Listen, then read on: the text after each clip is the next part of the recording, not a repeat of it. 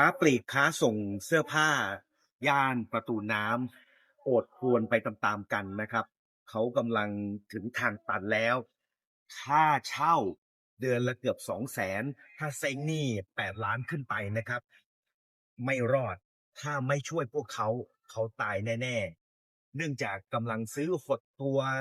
จากวิกฤตพลังงานนะครับส่งผลให้เกิดภาวะต่างๆตามมา กลุ่มนักท่องเที่ยวโดยเฉพาะอย่างยิ่งทางตะวันออกกลางหายเรียบไปเลยทำให้เขาปวดหัวหนักแล้วนะครับและตอนนี้การช่วงชิงการค้าขายออนไลน์มาแรงมากๆทำให้เขาต้องคิดว่าจะแก้ปัญหาอย่างไรดีคนบางคนชอบช็อปปิงไม่ชอบช็อปออนไลน์ก็เจอปัญหาอยู่ดีนะครับไม่รู้จะช่วยอย่างไรโอดครวญแล้วโอดครวญอีกคราวนี้ถึงจุดอวสาน แล้วหรือไม่